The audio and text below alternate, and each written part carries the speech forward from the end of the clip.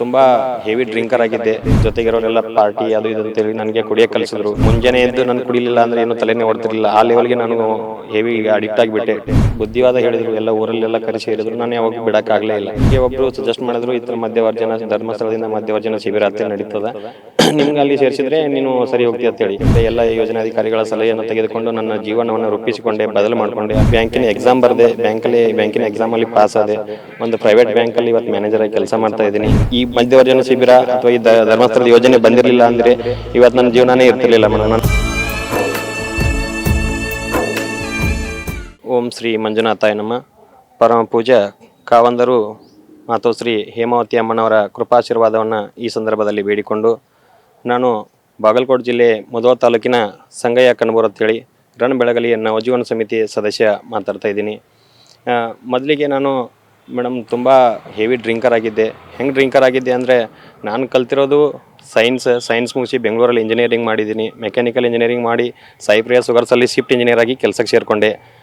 Shift engineer ಆಗಿ ಕೆಲಸ ಮಾಡುವಾಗ ನೈಟ್ ಶಿಫ್ಟಲ್ಲಿ ಏನಾಗ್ತಿತ್ತು ಅಂದರೆ, ನಿದ್ದೆ ಅವೆಲ್ಲ ಬರೋದ್ರಿಂದ ಏನಾಗ್ತಿತ್ತು, ನೈಟ್ ಶಿಫ್ಟಲ್ಲಿ ಜೊತೆಗಿರೋರೆಲ್ಲ ಪಾರ್ಟಿ ಅದು ಇದು ಅಂತೇಳಿ ನನಗೆ ಕುಡಿಯೋಕ್ಕೆ ಕಲಿಸಿದ್ರು.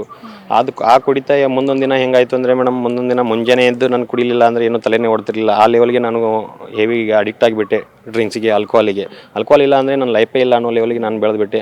ಆಮೇಲೆ ನನಗೆ ಮನೆಯಲ್ಲೆಲ್ಲ ತುಂಬ ಕಷ್ಟ ಆಯಿತು. ಅಪ್ಪ ಅವ್ರಿಗೆ ಚಿಂತೆ ಆಯಿತು, ಮನೆ ಅಣ್ಣಂದಿರಿಗೆಲ್ಲ ಚಿಂತೆ ಆಯಿತು. ಭಾಳ ಬುದ್ಧಿವಾದ ಹೇಳಿದರು, ಎಲ್ಲ ಊರಲ್ಲೆಲ್ಲ ಕರೆಸಿ ಹೇಳಿದರು. ನಾನು ಯಾವಾಗೂ ಬಿಡೋಕ್ಕಾಗಲೇ ಇಲ್ಲ. ನಾನು ಫುಲ್ ಅಡಿಕ್ಟ್ ಆಗಿಬಿಟ್ಟಿದ್ದೆ. ಎರಡು ದಿನ ಬಿಟ್ಟಂಗೆ ಮಾಡ್ತಿದ್ದೆ, ಮತ್ತೆ ಕುಡಿತಿದ್ದೆ. ಈ ಥರ ಆಗ್ತಾಯಿದ್ದೆ ಮೇಡಮ್. ಈ ಥರ ಆಗ್ತಿದ್ದಾಗ ನನಗೆ ಒಬ್ಬರು ಸಜೆಸ್ಟ್ ಮಾಡಿದ್ರು, ಈ ಥರ ಧರ್ಮಸ್ಥಳದಿಂದ ಮಧ್ಯವರ್ಜನ ಶಿಬಿರ ಅಂತೇಳಿ ನಡೀತದೆ, ನಿಮ್ಗೆ ಅಲ್ಲಿ ಸೇರಿಸಿದ್ರೆ ನೀನು ಸರಿ ಹೋಗ್ತೀಯ ಅಂತೇಳಿ. ಆಮೇಲೆ ನನಗೆ ಬೆಳಿಗ್ಗೆಯಲ್ಲಿ ನಡೆದಿರ್ತಕ್ಕಂಥ 1828ನೇ ಮಧ್ಯವರ್ಜನ ಶಿಬಿರಕ್ಕೆ ಸೇರಿಸಿದ್ರು ಮೇಡಮ್. ಅಲ್ಲಿ ಎಲ್ಲ ನೀಟಾಗಿ ಅಲ್ಲಿ ಸೇರ್ತಕ್ಕಂಥ ಶಿಬಿರಾಧಿಕಾರಿ ಮತ್ತು ವೈದ್ಯಾಧಿಕಾರಿಗಳ ಸಲಹೆ ಮೇಲೆ ತೆಗೆದುಕೊಂಡೆ. ಆಮೇಲೆ ಎಲ್ಲ ಯೋಜನಾಧಿಕಾರಿಗಳ ಸಲಹೆಯನ್ನು ತೆಗೆದುಕೊಂಡು ನನ್ನ ಜೀವನವನ್ನು ರೂಪಿಸಿಕೊಂಡೆ, ಬದಲು ಮಾಡಿಕೊಂಡೆ. ಅಲ್ಲಿ ಹೇಳ್ತಕ್ಕಂಥ ಎಲ್ಲ ಸಲಹೆಗಳನ್ನು ತೆಗೆದುಕೊಂಡು ನನ್ನ ಮನ ಪರಿವರ್ತನೆ ಮಾಡಿಕೊಂಡು, ನಾನು ಮುಂದೊಂದು ದಿನ ಒಬ್ಬ ನವಜೀವನ ಸಮಿತಿ ಸದಸ್ಯನಾಗಿ ಹೊರಗೆ ಬಂದ ನಂತರ ಮೇಡಮ್, ನಾನು ಆ ಕೆಲಸ ಬ್ಯಾಂಕಿನ ಎಕ್ಸಾಮ್ ಬರೆದೆ, ಬ್ಯಾಂಕಿನ ಎಕ್ಸಾಮಲ್ಲಿ ಪಾಸ್ ಆದೆ. ಒಂದು ಪ್ರೈವೇಟ್ ಬ್ಯಾಂಕಲ್ಲಿ ಇವತ್ತು ಮ್ಯಾನೇಜರ್ ಆಗಿ ಕೆಲಸ ಮಾಡ್ತಾ ಇದ್ದೀನಿ. ಅದಲ್ಲದೆ ಈಗ ಕಳೆದ ಒಂದು 2-3 ತಿಂಗಳ ಹಿಂದೆ ನಡೆದ ಭಜನಾ ಕಮ್ಮಟ ಕಾರ್ಯಕ್ರಮಕ್ಕೆ, ಇಲ್ಲೇ ಧರ್ಮಸ್ಥಳದಲ್ಲಿ ನಡೆದ ಭಜನಾ ಕಮ್ಮಟ ಕಾರ್ಯಕ್ರಮಕ್ಕೆ ಬಂದು ನಮ್ಮೂರಲ್ಲಿ ಇವತ್ತಿಗೆ ನಾನು ಒಂದು ದೊಡ್ಡ ಮಟ್ಟದ ಒಂದು ಭಜನಾ ತಂಡವನ್ನು ಕಟ್ಟಿದ್ದೀನಿ. ಭಜಕರ ತಂಡವನ್ನು ಕಟ್ಟಿ ಇವತ್ತಿಗೆ ಪ್ರತಿದಿನ ಯಾವುದೇ ಕಾರ್ಯಕ್ರಮ ಇರಲಿ ನಾವು ಕಾರ್ಯಕ್ರಮ ಕೊಡೋಕೆ ಹೋಗ್ತೀವಿ. ಆಮೇಲೆ 72 ಜನರ ನಂದು ನವಜೀವನ ಸಮಿತಿ ಕೂಡ ಕಟ್ಟಿದ್ದೀನಿ. 72 ಜನರ ನವಜೀವನ ಸಮಿತಿ ಕಟ್ಕೊಂಡು ನಾವು ಪ್ರತಿ ವಾರ ಮೀಟಿಂಗು, ಭಜನೆ, ಅವ್ರದ್ದು ಯಾವುದೇ ರೀತಿ ಪರ್ಸನಲ್ ಕಾರ್ಯಗಳು ಆಗಲಿ, ಅವ್ರ ಮನೆಯಲ್ಲಿ ಏನೋ ಸಮಸ್ಯೆ ಇದ್ದರೂ ಕೂಡ ನಾವು ಸಂಪರ್ಕಿಸಿ ನಾವೆಲ್ಲ ನವಜೀವನದವ್ರು ಸೇರಿಕೊಂಡು ಅದನ್ನು ಬಗೆಹರಿಸಿ ಒಂದು ಆ ಲೆವೆಲ್ಗೆ ನಾನು ಇವತ್ತಿಗೆ ನಮ್ಮ ಸಮಾಜದಲ್ಲಿ ನಾನು ಗುರುತಿಸ್ಕೊಳ್ತಾ ಇದ್ದೀನಿ ಮೇಡಮ್.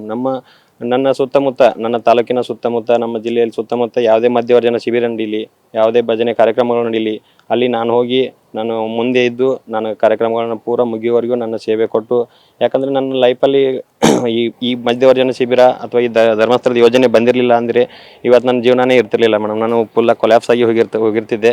ಅದಕ್ಕೋಸ್ಕರ ನಾನು ಇವತ್ತಿಗೂ ಪ್ರತಿದಿನನೂ ನಾನು ಮುಂಜಾನೆ ಎದ್ದು ಹೇಳ್ಬೇಕಾದ್ರೆ ಧರ್ಮಸ್ಥಳವನ್ನು ಮಂಜುನಾಥ ಸ್ವಾಮಿ ನೆನೆಸ್ಕೊಂಡು, ಪೂಜ್ಯ ಕಾವಂದರು ಮತ್ತು ಶ್ರೀ ಹೇಮಾವತಿ ಅಮ್ಮರು ನೆನೆಸ್ಕೊಂಡು ನನ್ನ ದಿನವನ್ನು ಚಾಲು ಮಾಡ್ತೀನಿ. ಮಣಗುವವರೆಗೂ ಕೂಡ ನಾನು ಅವ್ರ ಧ್ಯಾನದಲ್ಲೇ ಇರ್ತೀನಿ. ಮತ್ತು ನನಗೆ ಏನೇ ಕಾರ್ಯ ಮಾಡಿದ್ರೂ ಕೂಡ ಅದಕ್ಕೆ ಅವರು ನನಗೆ ಸಪೋರ್ಟ್ ಮಾಡಿದ್ದಾರೆ. ಧರ್ಮಸ್ಥಳದ ಯಾವುದೇ ಕಾರ್ಯದಲ್ಲಿ ನಾನು ಗೆಲುವನ್ನು ಸಾಧಿಸ್ತಿದ್ದೀನಿ. ಹಿಂಗೆ ನಾನು ಮಾಡ್ತಾ ನನ್ನ ಸಮಾಜವನ್ನು ಒಳ್ಳೆಯ ಸಮಾಜಕ್ಕೆ ಮತ್ತೆ ಒಳ್ಳೆಯ ಮೆಸೇಜ್ ಕೊಡ್ತೀನಿ. ಇನ್ನೂ ಹಲವಾರು ನವಜೀವನ ಸಮಿತಿಯ ಸದಸ್ಯರನ್ನು ಕೊಡ್ತೀನಿ ಅಂತ ಹೇಳ್ತೀನಿ. ನಾನು ಮತ್ತೆ ಮುಗಿಸ್ತೀನಿ.